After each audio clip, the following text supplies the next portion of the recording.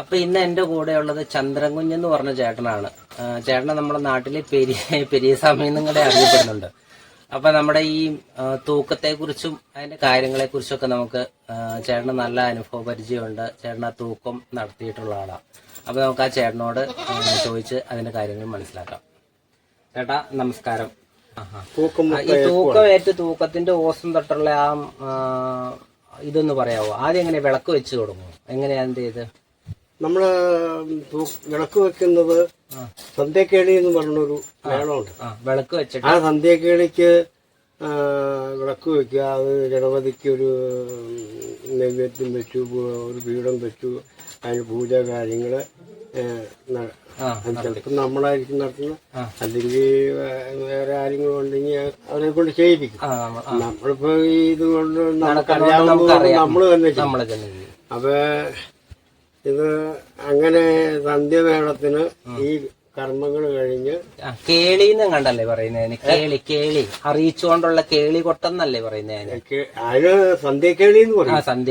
സന്ധ്യക്കേളി എന്നാണ് നമ്മള് തൂക്കത്തിൽ പറയുന്നത്. സന്ധ്യക്കേളി എന്ന് പറയുന്നത് തൂക്കത്തിന്റെ ആണെങ്കിലും അത് ക്ഷേത്രത്തിലാണെങ്കിലും സന്ധ്യക്കേളി എന്ന് പറഞ്ഞ ഇതുണ്ട്. അത് രാവിലിപ്പോ ഒരു താഴ്മ്പയായിട്ട് ഈ കേളിക്ക് പ്രത്യേക താളം അങ്ങനെ വല്ലതും ഉണ്ടോ? അതേ ചുമ്മാ താളം എന്ന് പറഞ്ഞാൽ തൂക്കത്തിന്റെ താളവും താഴ്മ്പിക താളവും പിന്നെ പഞ്ചാരി മേളവും അടന്ത ചെമ്പട. ഈ തൂക്കത്തിനുള്ളത് അടന്ത ചെമ്പട, കൊച്ചിലക്ഷ്മി, വെല്ലുലക്ഷ്മി, ഇങ്ങനെ 4 താളങ്ങളിലാണ് നമ്മൾ തൂക്കത്തിന്റെ ആ ചടങ്ങ് വരുന്നത്. ഈ കൊച്ചിലക്ഷ്മി വെല്ലുലക്ഷ്മി എന്ന് പറഞ്ഞാൽ അതൊരു ഒന്ന് പാമ്പുനോട്ടത്തിന്റെ ഒരു ഇതുണ്ട്. പാമ്പുനോട്ടം എന്ന് പറഞ്ഞു കഴിഞ്ഞാൽ ഗരുഡന്റെ പാമ്പ്. അപ്പൊ അത് ഒരു അപ്പൊ നമ്മളാ അതിന്റെ ഒരു ആംഗ്യങ്ങള്, അതിന്റെ ഒരു കലാവാസനയില് നമുക്ക് പാമ്പിനെ നമ്മളേതെങ്കിലും കാട്ടിന്നോ കുത്തിന്നോ ചാടിച്ച് കൊണ്ടുവരും. പാമ്പിനെ കൊണ്ടൊന്നുമില്ല, അതിന്റെ ഒരു മാതൃക നമ്മളൊരു പാമ്പ്. അപ്പൊ അത് തുണി എന്തെങ്കിലും വെച്ചു, അതിന്റെ അകത്ത് ഈ പാമ്പിനെ വെച്ചു. അതിനപ്പ ഓടിച്ച് കൊണ്ടുവന്ന് കാട്ടി പൊത്തി കയറ്റിന്നാണ് അതിന്റെ കയറ്റിന്നാണ് അതിന്റെ ഐതിഹ്യം. അപ്പൊ അതിന് ആ പൊത്തിനകത്ത് കയറി കഴിഞ്ഞാൽ അതിന്റെ അകത്തുനിന്ന് നമ്മള് പുറത്തിയടിക്കണം. അതാണ്. അപ്പൊ ഈ പുറത്തിയടിക്കുന്നതിന് പണികളെന്ന് പറഞ്ഞാൽ അത് മേളക്കാരുടെ കയ്യിലല്ല അതിന്റെ മേളം, തൂക്കക്കാരന്റെ അതിനാണ്. തൂക്കക്കാരൻ എന്ത് ചെയ്യുന്നു അതനുസരിച്ച് ചെണ്ടപ്പുറത്ത് കൂടും. തൂക്കംകാരൻ തലയും കുത്തും അറിയുകയാണെങ്കിൽ അത്, അങ്ങോട്ടും ഇങ്ങോട്ടും അറിയുകയാണെങ്കിൽ അത്. അപ്പൊ ഇന്നത്തെ അതിന്റെ പല മാതൃകകള് ഉള്ള. അപ്പൊ ഞാൻ ഒരു കാര്യം ചോദിക്കട്ടെ, നമ്മൾ ഈ വിളക്ക് വെച്ച് കഴിഞ്ഞിട്ട് ശേഷം പിന്നെ എന്നാണ് നമ്മൾ ആ ദക്ഷിണ മേടിച്ചിട്ട് അതിനെന്തോ ഒരു പേര് പറയില്ല, ഇങ്ങനെ കയ്യിൽ കെട്ടിയിട്ടുള്ള ഒരു ഇത്, കയ്യില് കെട്ടിയിട്ട് ദക്ഷിണ മേടിച്ചിട്ട് നമ്മൾ ഈ തൂക്കക്കാരൻ പറക്കുന്ന ആള് ദക്ഷിണ മേടിച്ചിട്ട് തുണിയില് കയ്യില്, അതിനെന്താ പേരാ പറയണേ? അതിന് കയ്യക്കെട്ട് പൈസ എന്നാണ് നമ്മൾ വഴിപാട്, അവരുടെ വഴിപാട്. അപ്പൊ നമ്മൾ അവര് വീട്ടുകാരോട് അതിന്റെ ഒരു നാണയം, അവർക്ക് ഇഷ്ടമുള്ള നാണയം, 5 രൂപയാണെങ്കിൽ 5 രൂപ, 1 രൂപയാണെങ്കിൽ 1 രൂപ, 50 പൈസയാണെങ്കിൽ 50 പൈസ, അങ്ങനെ ഒരു നാണയം മേടിച്ച് നമ്മൾ കയ്യെ കെട്ടും. അത് കെട്ടുന്നതിന്റെ ഒരു സങ്കല്പം എന്നാ? അതിന്റെ ഈ അത് കാവിലേക്കുള്ളൊരു വഴിപാട്. അപ്പൊ അവരുടെ വഴിപാട് നമ്മൾ അവിടെ കൊണ്ടുവന്ന് സമർപ്പിച്ചു എന്നുള്ളതാണ്. ഇങ്ങനെ ഈ വീട്ടുകാരുടെ ആ പ്രാർത്ഥനയുടെ അല്ലെങ്കിൽ ആ എന്തിനാണുള്ളത് അത് നമ്മളിലേക്ക് കൊണ്ടുവന്ന് എന്നുള്ള ഒരു സങ്കല്പമാണോ? അവരുടെ ഒരു വഴിപാടായിട്ടാണല്ലോ.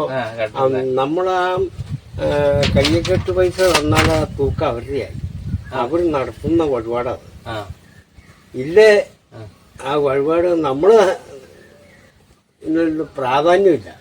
അപ്പൊ നിങ്ങളുടെ വീട്ടിൽ നിന്ന് ഒരു തൂക്കം നടത്തുക, നിങ്ങളുടെ കുടുംബക്കാര് നമുക്ക് കയ്യെ കിട്ടാനുള്ള പൈസ നമ്മൾ ചോദിക്കാം. സന്ധ്യകളെ കഴിഞ്ഞ് നമുക്ക് ഭക്ഷണം കഴിക്കുന്നവരാണെങ്കിൽ ഞാൻ സാധാരണ അങ്ങനെ ഭക്ഷണം ഒന്നും കഴിക്കാറില്ല. ഒരു ഒന്ന് അങ്ങനെ കഴിക്കുന്നുണ്ട് ഭക്ഷണമൊക്കെ. അപ്പൊ നമ്മളൊക്കെ സാധാരണ അനുസരിച്ചാൽ നമുക്ക് ഈ ഭക്ഷണമൊക്കെ കഴിച്ചു കഴിഞ്ഞാൽ പിന്നെ കളിക്കാനൊക്കെ ബുദ്ധിമുട്ട്, കാരണം വയറ് ഫുള്ളാകും. അപ്പൊ നമ്മളത് എന്ത് ചെയ്യുന്നു, ചിലപ്പോ 1-2 താളമൊക്കെ പറഞ്ഞു കഴിയുമ്പോ ചിലപ്പോ ഒരു ആളെങ്കിലും ചോറ് വരുന്നു. അപ്പൊ അത് നമ്മള് അഭിനയിച്ചാൽ ഈ സന്ധ്യയ്ക്ക് കഴിഞ്ഞ് ഒരു 7-8 മണിയോടുകൂടി നമ്മള് മുഖത്ത് മേക്കപ്പ് ഇട്ട് എല്ലാം മേക്കപ്പ് ഇടുന്നതിന് അങ്ങനെ പ്രത്യേകിച്ച് കഥകളിയൊക്കെ പോലെ പ്രത്യേകിച്ച് ഇന്ന കളർ വേണമെന്നോ അങ്ങനെ ഗോപി ഇടുക എന്ന് പറയും. അതിന് ഗോപി ഗോപി ഇട്ട് അതിന് ഇങ്ങനെ വന്നിട്ട് ഈ മൂക്കിന് മുകളിലേക്ക് അപ്പൊ അത് ഓരോ വേഷം ഉണ്ടോ അതേ പൊതുവായിട്ടൊരു ഇതാണോ? ഓരോ വേഷം ഉണ്ടോ അതേ പൊതുവായിട്ട് ഒരു മേക്കപ്പ് ഉള്ളോ? ഒരു അതിനകത്ത് ഈ ഗോപി ഇടുന്നതിന് മഞ്ഞ കൊണ്ടാണ് മനയോല അല്ലേ? മനയോല അത് ഇങ്ങനെ വരും. അത് ആ മനയോല കൊണ്ട് നമ്മള് ഞങ്ങളൊക്കെ പോണത് പഴയ കാലത്ത് പോകുന്നതൊക്കെ നീലമാണ്, കട്ടനീലം. പിന്നെ ആദ്യം മനയോല, പിന്നെ കട്ടനീലം. മനോലയിലേക്ക് ചേർത്ത് അത് പച്ചയായി എന്നുവെച്ചാൽ നമ്മള് ഇത് മഞ്ഞയും. അപ്പൊ അത് നമ്മള് ആദ്യം ഈ മഞ്ഞ കൊണ്ട് നമ്മള് ഈ റൗണ്ട് വരയ്ക്കും, ഇങ്ങനെ റൗണ്ട് വരയ്ക്കും ഗോപി ഇട്ട് കഴിഞ്ഞിട്ട്. അപ്പൊ ആ ഗോപിയോട് കൊഴുപ്പ് ഇങ്ങനെ ഇങ്ങോട്ട് വരയ്ക്കും. അപ്പൊ ആ ഗോപിക്ക് ഉള്ളില് മഞ്ഞയുടെ ഉള്ളിൽ ഒരു പച്ച വരയ്ക്കും. ഈ പച്ച നമ്മൾ മിക്സ് ചെയ്ത് ഉണ്ടാക്കി എടുക്കും അല്ലേ? അല്ല, അത് ഇതിനകത്ത് തന്നെ എടുക്കുക നമ്മള്. ഇപ്പം ഈ മനോഹര നമ്മൾ ആദ്യം മഞ്ഞ എടുത്തല്ലോ, ആ മഞ്ഞയുടെ ഉപയോഗം കഴിഞ്ഞാൽ പിന്നെ നമുക്ക് നീളം ചേർക്കാം. നീളം ചേർത്തത് കളറാക്കുവാണ്. ആ കളറ് കൊണ്ട് ഉള്ളില് ഒരു ഗോപി വരച്ചു. അത് കഴിഞ്ഞിട്ട് ഒരു ചുവപ്പാണ്. ആ ചുവപ്പ് കൊണ്ട് ഉള്ളില് കംപ്ലീറ്റ് വരും. പിന്നെ കൺമഷി അടിച്ച മുഖത്ത് ഈ ഗോപി മഞ്ഞ കൊണ്ട് വരച്ച് ഇപ്പൊ എന്ന് പറഞ്ഞു കഴിഞ്ഞാൽ പല രീതിയിലും പല ആളുകളും പല രൂപത്തിലേക്ക് വരയ്ക്കുന്നുണ്ട്. സത്യത്തില് ഗോപി വരയ്ക്കുക എന്ന് പറഞ്ഞു കഴിഞ്ഞാൽ ഇതാണ്. ഗോപി നമ്മള് ഇങ്ങനെ ആക്കാം, പിന്നെ അല്ലെങ്കിൽ ഇങ്ങനെ ഇതാ. അപ്പൊ ഈ ഇപ്പൊ ഉള്ളവർക്ക് എന്ന് പറഞ്ഞു കഴിഞ്ഞാൽ അവർക്ക് തോന്നുന്ന രീതിയിൽ മറ്റെന്ന് പറഞ്ഞു കഴിഞ്ഞാൽ ഞങ്ങളൊക്കെ നമ്മൾക്ക് ഇടുമ്പോ എന്ന് പറഞ്ഞു കഴിഞ്ഞാൽ ഇത് ഈ മഞ്ഞ അങ്ങ് ഇടിച്ചു കഴിഞ്ഞാൽ പിന്നെ ഇതിന്റെ ഉള്ളിൽ കംപ്ലീറ്റ് പച്ച. അപ്പൊ കട്ടനീല, പിന്നെ മനയോല, കൺമഷി, പിന്നെ ഈ മഞ്ഞയും നീലയും കൂടെ കൂട്ടിയെടുത്ത് പച്ച കളർ. മഞ്ഞ നീലയില്ല, കട്ടനീല. അപ്പൊ പച്ച കളർ കട്ടനീല എന്ന് പറഞ്ഞു കഴിഞ്ഞാൽ നീലം എന്ന് പറഞ്ഞു കഴിഞ്ഞാൽ ഈ മനോല ചേർക്കാനാ. അപ്പൊ അന്നേരം പച്ച കളർ ഈ മനോലയിലേക്ക് ഈ സാധനം ചേർത്ത് ചാലിച്ചെടുക്കുമ്പോ പച്ചയായി, നല്ല പച്ച കളർ ഇതിലേക്ക് നോക്കുന്നു. അപ്പൊ അതിനാണ് ഈ നീളം ചേർക്കുന്നത്. സാധാരണ കട്ടനീളം അത് ഇപ്പില്ല. ഇപ്പെല്ലാം ഡ്യൂപ്ലിക്കേറ്റ് സാധനങ്ങളാണ് നമുക്ക് കിട്ടുന്നത്. പിന്നെ അത് കഴിഞ്ഞാ പിന്നെ ഇതെല്ലാം എത്ര സമയം എടുക്കും? ഇങ്ങനെ മേക്കപ്പ് ഇടാൻ എത്ര സമയം എടുക്കും ഏകദേശം? മേക്കപ്പ് ഇടാൻ എത്ര സമയം എടുക്കും? സമയം ഏതാണ്ട് അത് എല്ലാവരും തന്നെയാണോ ഇടുന്നത്, അതെയോ വേറെ ആളെ? അല്ല, നമുക്ക് സ്വന്തം ചെയ്യാൻ. ഞാൻ എന്റെ നമ്മൾ സ്വന്തമാണ്. പിന്നെ അറിയാൻ പാടില്ലാത്തവർക്ക് നമ്മൾ ഇട്ടു കൊടുക്കും അതിന്റെ രീതിയിൽ. ഇപ്പൊ ഞാനും സാധാരണ എവിടെ പോയാലും ഞാൻ തന്നെ ഇടുകയുള്ളൂ. കണ്ണാടി കഴിക്കും. അപ്പൊ ആ ഗോപി അല്ല അവിടെ വേഷം കെട്ടുന്നിടത്ത് നിലവിളക്കും കത്തിച്ചാണൊക്കെ നമ്മൾ ഗരുഡം പൂജിക്കണം, കൊക്ക് പൂജിക്കണം. ഇതെല്ലാം അവിടുത്തെ നമ്മുടെ വിളക്ക് കത്തിച്ച് പിന്നെ അവിടെ ഒരു ചെറിയ ചടങ്ങുണ്ട്. ആ ചടങ്ങുകളൊക്കെ അപ്പൊ ഈ കോപി പറിച്ചു കഴിഞ്ഞാൽ പിന്നെ വൃത്തിയിട്ടാണ് കെട്ടണേ. അത് കെട്ടണ ഈ പാവാട ഇങ്ങനെ തടിച്ചിരിക്കാനുള്ള അതെന്താ? അതിന് നമ്മള് നേരത്തെയൊക്കെ എന്ന് പറഞ്ഞാൽ തുണി അല്ലെങ്കിൽ മല്ലിച്ചാക്കെന്ന് പറഞ്ഞ ചാക്കുണ്ട്. അതുകൊണ്ട് അങ്ങനെ ഈ കച്ചയില് നമ്മള് ചാക്ക് ഇട്ട് ഇത് കട്ടി വരണം. കാരണം ഇങ്ങനെ തടിച്ച് കഥകളിയൊക്കെ പോലെ ഇങ്ങനെ ഉടുപ്പ് ഇങ്ങനെ ഇപ്പൊ എന്നാ വെച്ചാ ഉടുക്കൊടുക്കായി കഴിയുമ്പോ പിന്നെ നമ്മൾ പ്ലാസ്റ്റിക് ആയി. പ്ലാസ്റ്റിക് മേടിച്ചിട്ട് ഞെറിഞ്ഞ് എടുത്ത് കഴിഞ്ഞാൽ പിന്നെ നമ്മൾ അതിനു മുമ്പ് 2-3 തുണി ഈ ഈ പ്ലാസ്റ്റിക് ഇടുമ്പോ ആ പ്ലാസ്റ്റിക്കിന്റെ ആ ചൂട് കൊണ്ട് നമ്മുടെ അരക്കൂട് അപ്പൊ ഈ അതിന് 2-3 തുണി ഇട്ടു ആക്കി ചിലര് ചാക്ക് പ്ലാസ്റ്റിക് ചാക്ക് ഇടും. ചിലര് ഞാനൊക്കെ എന്ന് പറഞ്ഞാൽ പ്ലാസ്റ്റിക് ചാക്ക് കൊണ്ടുപോകും. ആ പ്ലാസ്റ്റിക് ഏതാണ്ട് ഈ വീതിയില് മടക്കിയിട്ട് ഞെറിഞ്ഞ് അങ്ങനെ. പിന്നെ ഡ്രസ്സിന് എന്തെങ്കിലും ഇതുണ്ടോ? ഡ്രസ്സിന് എന്തെങ്കിലും പ്രത്യേകതയുണ്ടോ? ഡ്രസ്സിന് ഇങ്ങനെ ആ ഇടുന്ന ഡ്രസ്സിന് എന്തെങ്കിലും പ്രത്യേകതയുണ്ടോ? ഡ്രസ്സിന് സാധാരണ ഓപ്പൺ ഡ്രസ്സാണല്ലോ. അത് ഓപ്പൺ ഡ്രസ് ചുവന്നതാണ് ഉടുപ്പെന്ന് പറയുന്നതാണ്. പിന്നെ നമുക്ക് പാൻറ്റുണ്ട്, ചുവന്ന പാൻറ്റുണ്ട്. അപ്പൊ അത് ആദ്യം ഇട്ടിട്ടാണ് നമ്മൾ ബാക്കിയുള്ള മേക്കപ്പ് എല്ലാം ചെയ്യണത്. അപ്പൊ ആ മേക്കപ്പ് എല്ലാം കഴിഞ്ഞ് അതെല്ലാം കഴിഞ്ഞ് സൈഡ് വാരിട്ടു കോണം എന്ന് പറഞ്ഞ സാധനമുണ്ട് ഫ്രണ്ടില്. അതൊക്കെ നല്ല പറഞ്ഞ കളറൊക്കെ നല്ല കളർഫുള്ളായിട്ട് ഇല്ല. അപ്പൊ അത് ഇട്ട് കഴിഞ്ഞാൽ പിന്നെ ഉടുപ്പിട്ട് കഴിഞ്ഞാൽ പിന്നെ ഉത്തരപ്പെടാന്ന് സാധനമുണ്ട്. അത് നമ്മൾ ഈ പൂ പോലെ ഞൊറിഞ്ഞ് നമ്മള് ഉണ്ടാക്കുവാണ്. തുണിയാണ്, തുണി കൊണ്ട്. അപ്പൊ അതുകൊണ്ട് ഈ വീട് വരുന്നു ഉത്തരപ്പെടുകയൊക്കെ. അത് അടിച്ച് നമ്മള് വർണ്ണക്കടലാസ് ഒട്ടിക്കും. അപ്പൊ എന്നിട്ട് അത് പൊടിച്ച് നമ്മൾ തൂക്ക് വീട്ടിൽ ചെല്ലുമ്പോൾ വാഴപ്പോള ഉണങ്ങിയ വാഴയുടെ ഇതുകൊണ്ട് ഇത്ര നീളത്തിൽ കണ്ടിച്ചിട്ട് അത് കെട്ടി പിന്നെ അത് വിടുത്തി കഴിഞ്ഞിട്ട് ഇങ്ങനെ സൈഡ് പിന്നു കുത്തും. അപ്പം ഇങ്ങനെ പൂ പോലെ അപ്പം അങ്ങനെ പോലെ എനിക്ക് അത് കഴുത്തിൽ വിട്ടു. പിന്നെ ഉത്തരപ്പെടുക എന്ന് പറഞ്ഞ സാധനമുണ്ട്. അത് വീട്ടുകാരോട് പറയും ഉത്തരപ്പെടുക 3 തോർത്തിന്റെ കാര്യം.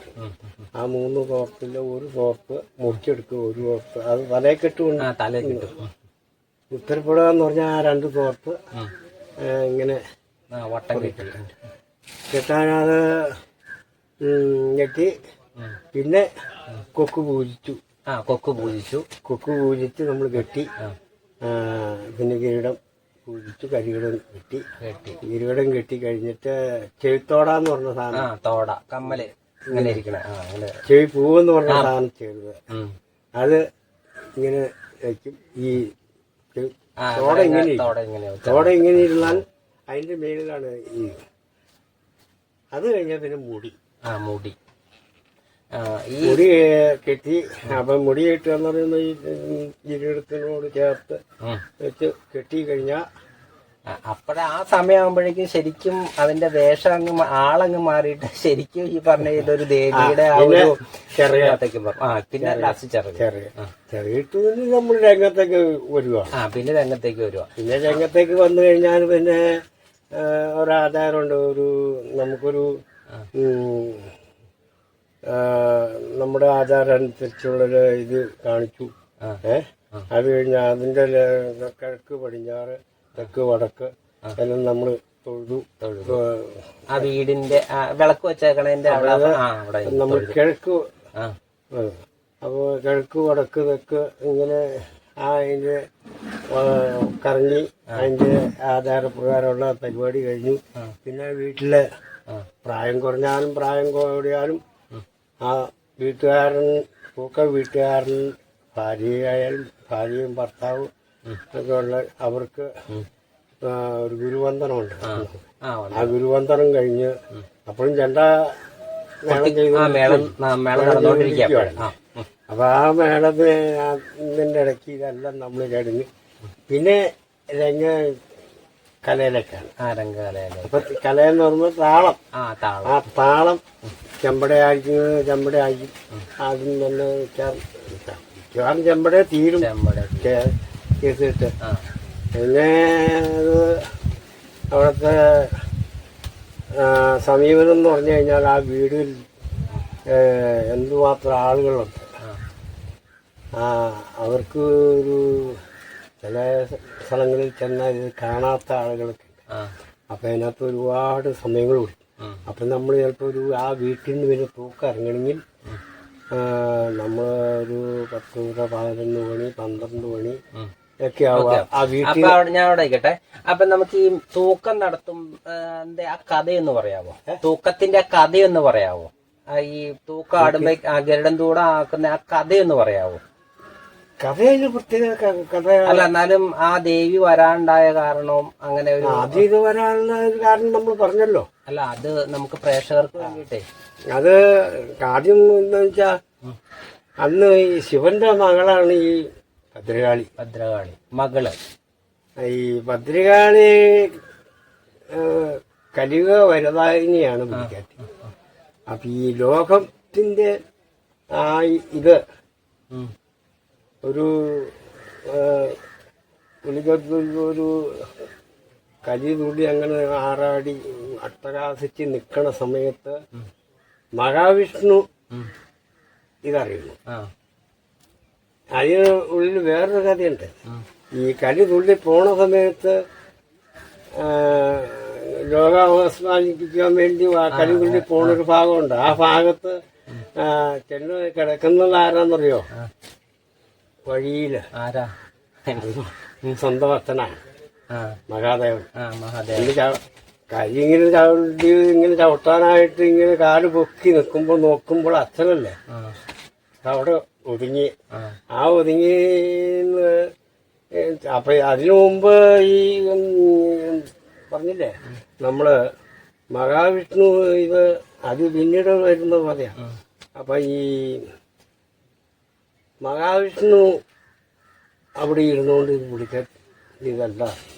ഇപ്പൊ ഭഗവന് ഈ കഥ കൊടുക്കാനറിയാവും, എടുക്കാനറിയാൻ പാടില്ല. അതാണ് നമ്മുടെ മഹാദേവന്റെ. അപ്പൊ എന്തിനും മഹാവിഷ്ണു വേണം, എല്ലാത്തിനും ഒതുക്കം ശാന്തമാക്കാൻ. അങ്ങനെ ഇരിക്കുന്ന സമയത്ത് ഈ മഹാവിഷ്ണു ഇതറിഞ്ഞു കഴിഞ്ഞപ്പോ ഉടനെ ഗരുഡദേവനെ വിളിച്ചു. ഗരുഡദേവനെ വിളിച്ചു വന്നിട്ട് ഇങ്ങനെ ഭദ്രകാളി കരി കൊണ്ട് നിൽക്കുവാണ്, ലോകം അവസാനിപ്പിക്കും, അവിടെ ചവിട്ടുന്ന ഭൂമിയൊക്കെ നടങ്ങുവാന്ന്. അങ്ങനെ ഒരു കാലഘട്ടം നമ്മളാരും കണ്ടിട്ടില്ല. അങ്ങനെ ഇരിക്കുമ്പോഴാണ് ഈ ഗരുഡദേവനോട് പറഞ്ഞു ഇതിനൊരു അറിവ് വരുത്തണമെങ്കിൽ ഗരുഡദേവനെ കൊണ്ട് സാധിക്കുള്ളൂ. പക്ഷെ പുള്ളി പറഞ്ഞു മഹാവിഷ്ണുവിന്റെ അടുത്ത് എനിക്ക് അവിടുന്ന് കഴിവ് പോരാ. അപ്പൊ മഹാവിഷ്ണു പറഞ്ഞു ഞാൻ പൊയ്ക്കോളൂ എന്ന് പറഞ്ഞു വിടുവാണ്. അതിനുള്ള ഇത് കൊടുക്കില്ല പുള്ളി. അവിടെ ചെന്നിങ്ങനെ പറന്ന് എന്ന് ആറ് കടന്നു, പുഴ കടന്നു, ഇങ്ങനെ എല്ലാം ചെന്ന് കഴിഞ്ഞപ്പോൾ പുള്ളിക്കാട്ടി ഇങ്ങനെ ഉല്ലാസിച്ചുകൊണ്ടിരിക്കുന്ന സമയമാണ്.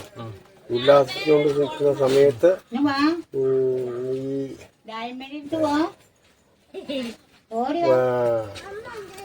ഗരുഡദേവൻ ചെന്ന് പയ്യത്താണ് എന്ന് പറന്ന് ഇങ്ങനെ പറന്നതാണ് എന്ന് കഴിഞ്ഞപ്പോ ഈ കരി തുള്ളി എന്ന് ഭദ്രകാളി എന്ത് ചെയ്തു? പാടുകൊണ്ടൊരു വെട്ട് കൊടുത്തു. ഈ വെട്ട് കൊടുത്തത് പുള്ളിയുടെ ഈ ചൂണ്ടാന്തി വിരലാണ്. ഗരുഡദേവന്റെ ആ വിരലേന്ന് ഇങ്ങനെ രക്തപ്പുഴ പോലെ ഇങ്ങനെ ചിന്തിക്കൊണ്ടിരിക്കുന്നത്. അപ്പം അത് ഭദ്രകാളി അങ്ങ് സേവിച്ച് കഴിഞ്ഞിട്ട് വയറൊക്കെ നിറഞ്ഞു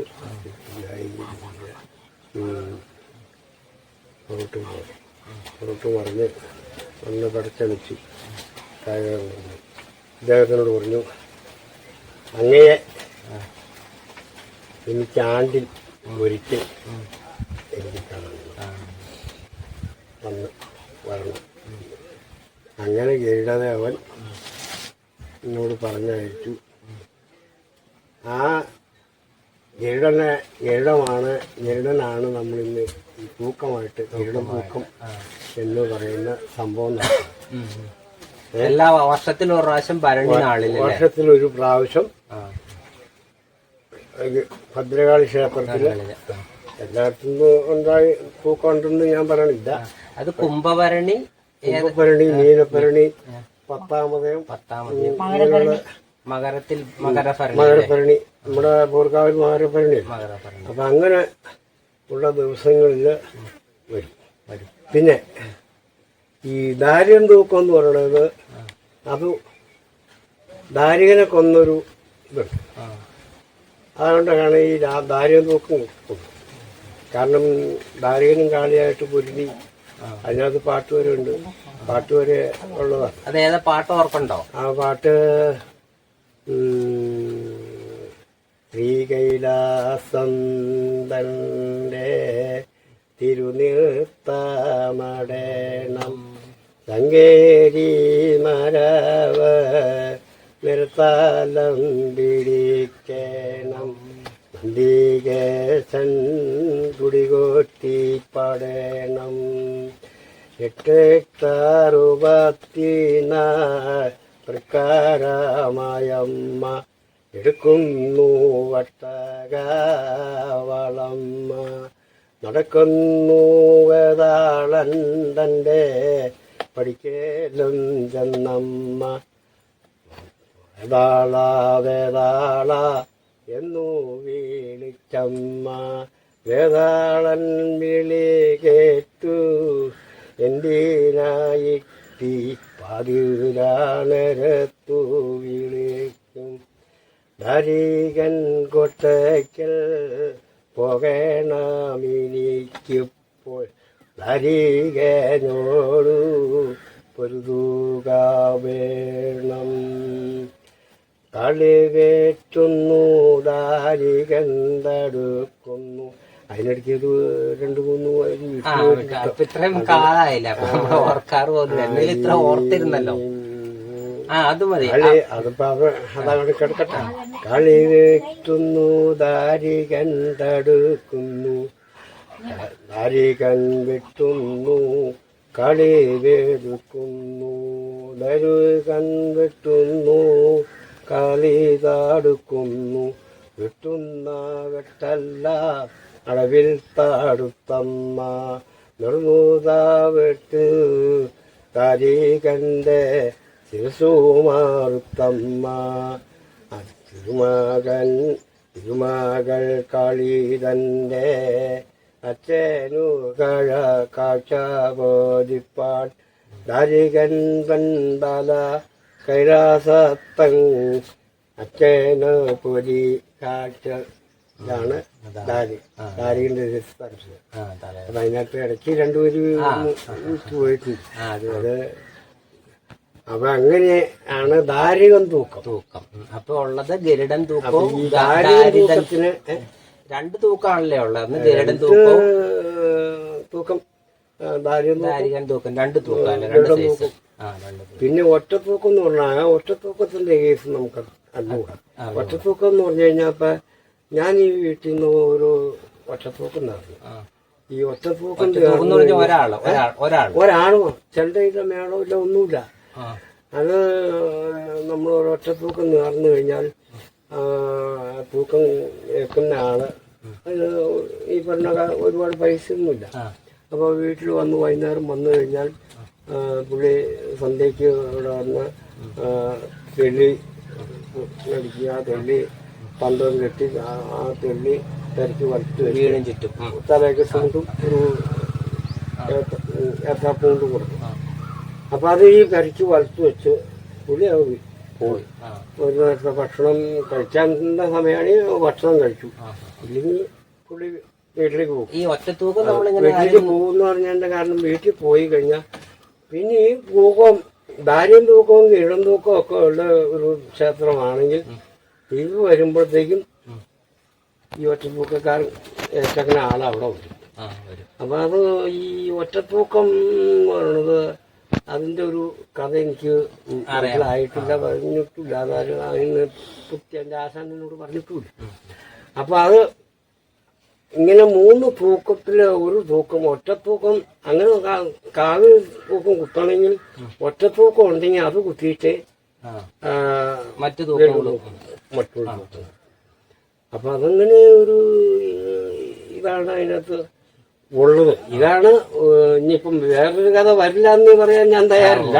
പക്ഷെ എന്റെ ആശാൻ പറഞ്ഞു പഠിപ്പിച്ചേക്കുന്ന കഥകളൊക്കെയാണ് ഞാനിപ്പോ ഇതാണ് ഇതിന്റെ ഐതിഹ്യം ചരിത്രം അതാണ്. പിന്നെ നമ്മൾ ഈ തൂക്കക്കാരൻ തൂക്കം പറക്കുന്ന ആളാം ഈ ചുവടുകൾ വെക്കുന്നതിന് അതിലൊരു താളക്രമം ഉണ്ടോ? അതേ നമുക്ക് സ്വന്തം നമുക്ക് ഇഷ്ടപ്രകാരം മേളത്തിന് ഓരോ താളം ഉണ്ട്. മേളത്തിനല്ല, ഈ പറക്കുന്ന ആള്, ഈ തൂക്കം പറക്കുന്ന ആളുടെ ആ കാലുവെപ്പൊക്കെ ഉണ്ടല്ലോ, ചുവട് ചുവട് ചുവട് ആ ചുവടുവെപ്പ് എന്ന് പറഞ്ഞു കഴിഞ്ഞാൽ ചെമ്പട ഒരു മേളമാണ് ചെയ്യണേ. ചെമ്പടയില്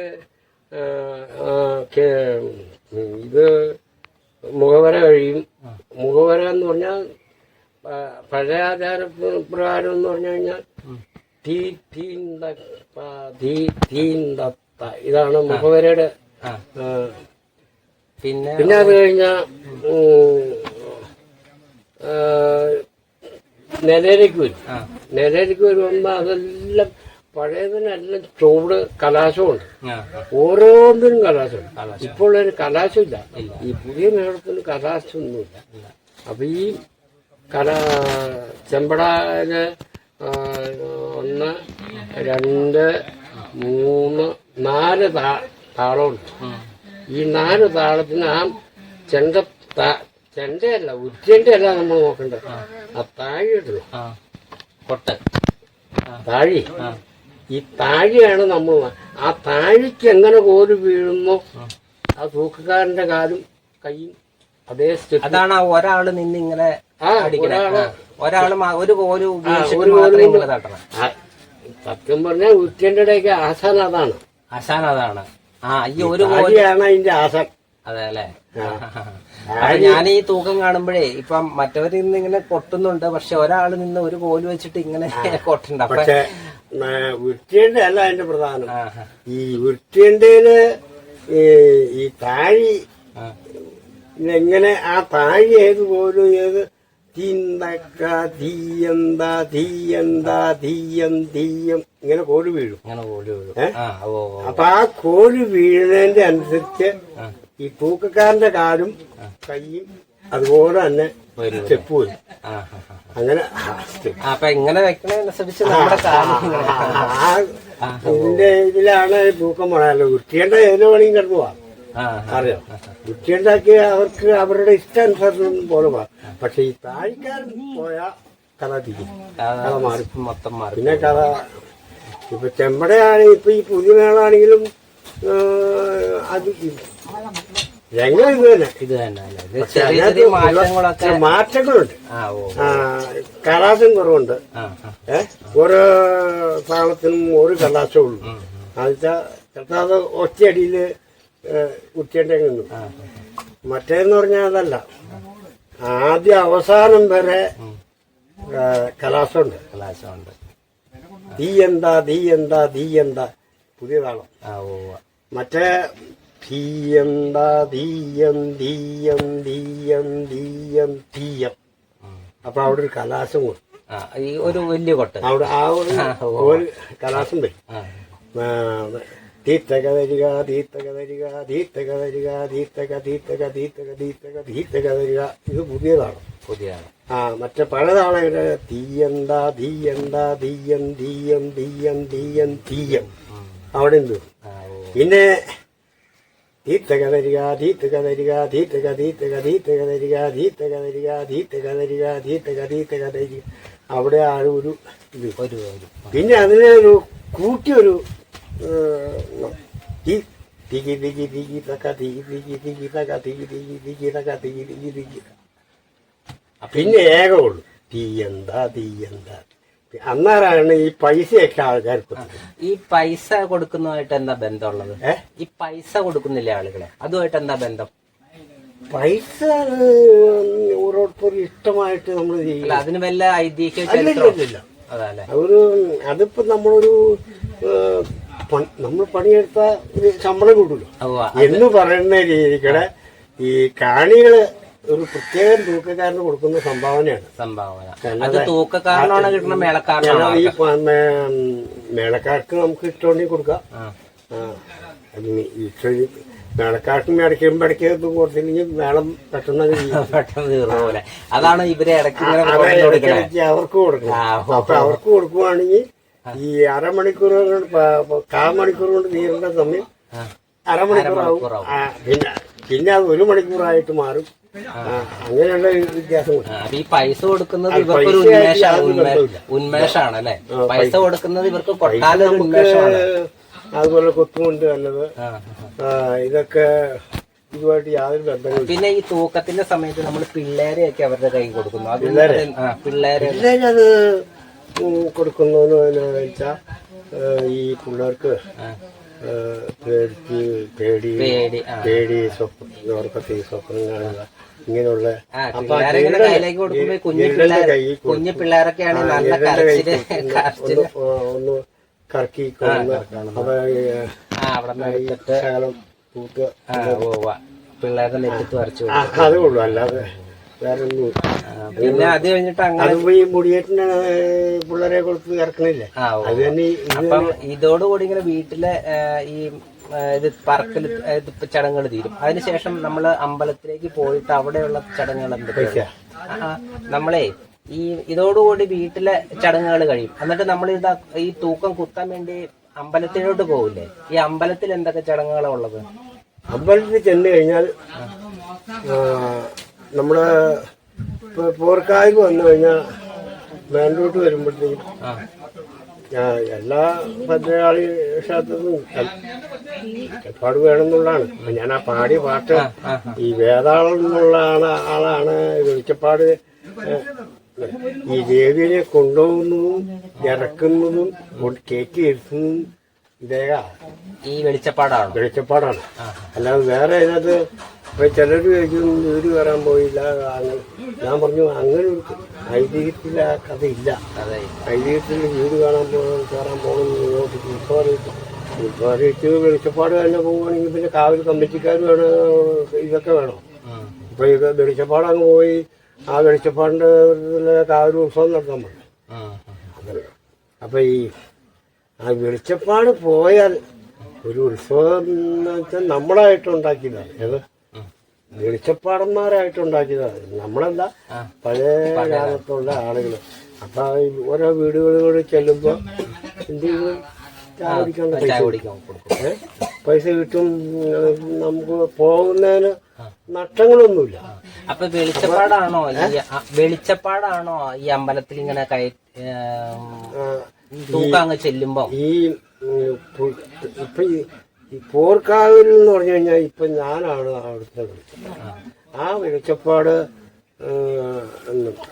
എന്നാൽ കമ്മിറ്റിക്കാർ വരെ എന്തെങ്കിലും ഒരു കാര്യങ്ങൾ നടക്കണമെങ്കിൽ തന്നെ വെളിച്ചപ്പാടുകളൊന്ന് ആലോചിക്കും. പക്ഷെ ഇവിടെ ഒന്നുമില്ല. അതങ്ങനെ ഞാൻ ചോദിച്ചതേ, നമ്മൾ തൂക്കമായിട്ട് നമ്മൾ തൂക്കം കുത്താൻ വേണ്ടി അമ്പലത്തിൽ ചെല്ലും. ഈ അമ്പലത്തിൽ ചെല്ലുമ്പോ അവിടെയുള്ള ചടങ്ങുകൾ എന്താണ് അതിന്റെ? ഈ തൂക്കായിട്ട് ഇപ്പൊ പോർക്കാവിൽ നമ്മുടെ മെയിൻ റോഡിൽ നിന്ന് വന്ന ഗേറ്റ് ആർച്ച്, ആ ആർച്ചിന്റെ അവിടെ ചെല്ലുമ്പോഴത്തേക്കും വെളിച്ചപ്പാട് വരും.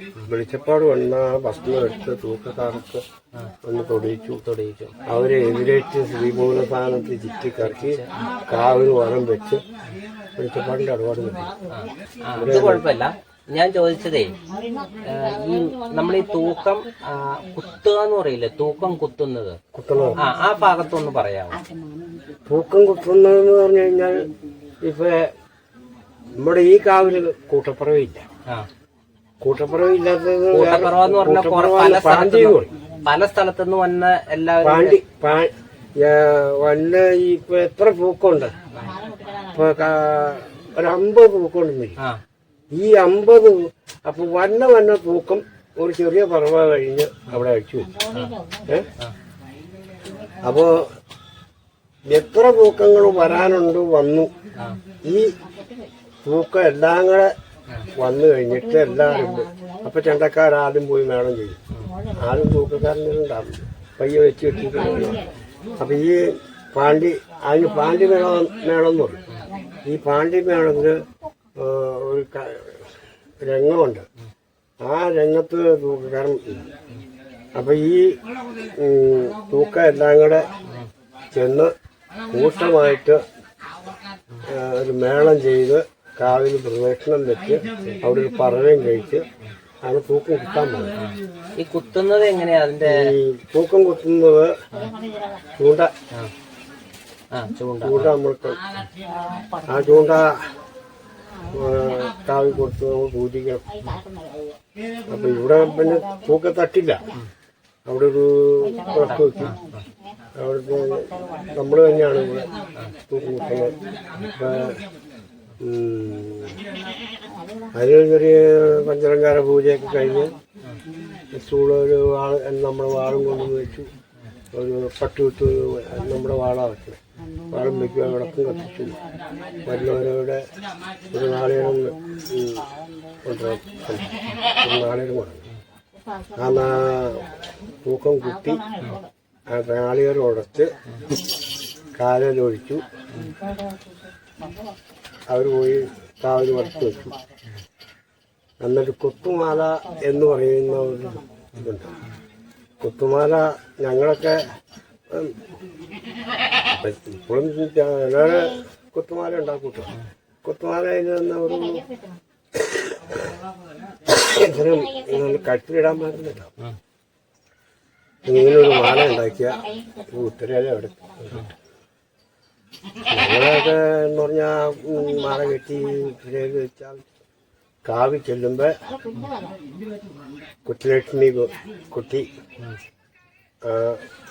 മാല ഭദ്രമായ സ്ഥലത്ത് വെച്ചു. അത് ഈ പാമ്പോട്ടുന്ന പോലെ തന്നെ നടക്കാറായില്ല, കൂട്ടുകാരൻ്റെ. അങ്ങനെ ആ മാല കുത്തി തൂക്കം കുത്തി കഴിയുമ്പോൾ ആ മാല വീട്ടുകാർക്ക് കൊടുക്കും. അപ്പൊ വീട്ടുകാർ ലക്ഷണം.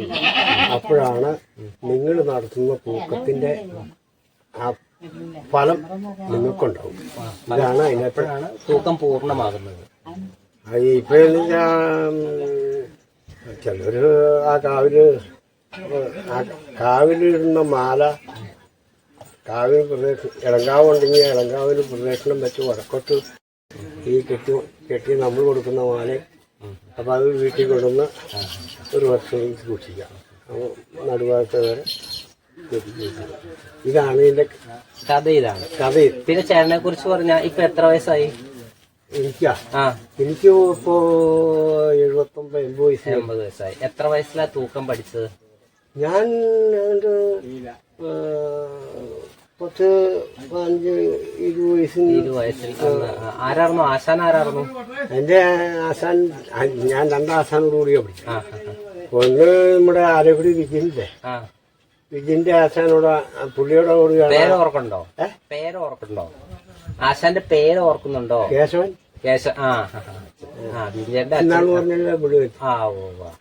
ഞാൻ പറഞ്ഞല്ലോ, എന്റെ ആശാൻ പറഞ്ഞ് പഠിപ്പിച്ചിരിക്കുന്ന കണ്ടീഷനിലുള്ള കഥകൾ ഞാൻ ഈ പറഞ്ഞിരിക്കുന്നത്. ഇനിയിപ്പോ ഇതിൽ വേറെ കഥ വരില്ല എന്ന് ഞാൻ പറഞ്ഞില്ല. ഇതാണ് ഇതിന്റെ ശരിയായ പോലീസ് എന്ന് ആശാൻ പറഞ്ഞു കൊടുക്കുന്നത്. ഇതാണ് ഗരുഡൻ തൂക്കത്തിന്റെയും ഭാര്യ തൂക്കത്തിന്റെയും ഒക്കെ കാര്യങ്ങൾ ഇന്നതുപോലെ എന്നുള്ളതൊക്കെ പറഞ്ഞ് കേൾപ്പിച്ചിട്ടുണ്ട്. അപ്പൊ ഞാൻ അതനുസരിച്ച് നിങ്ങൾക്ക് പറഞ്ഞു കഥ. അപ്പൊ ഞാൻ കഴിഞ്ഞ ദിവസം ഒരു തൂക്കം കണ്ടായിരുന്നു. ആ തൂക്കത്തിനകത്ത് ഞാൻ പലരും അന്വേഷിച്ച് കഴിഞ്ഞപ്പം ഈ ചേട്ടൻ പറഞ്ഞ രീതിയിൽ ഇത്രയും ആധികാരികമായിട്ട് ഇത്രയും വിവരിച്ച് പറയാൻ ആർക്കും സാധിച്ചില്ല.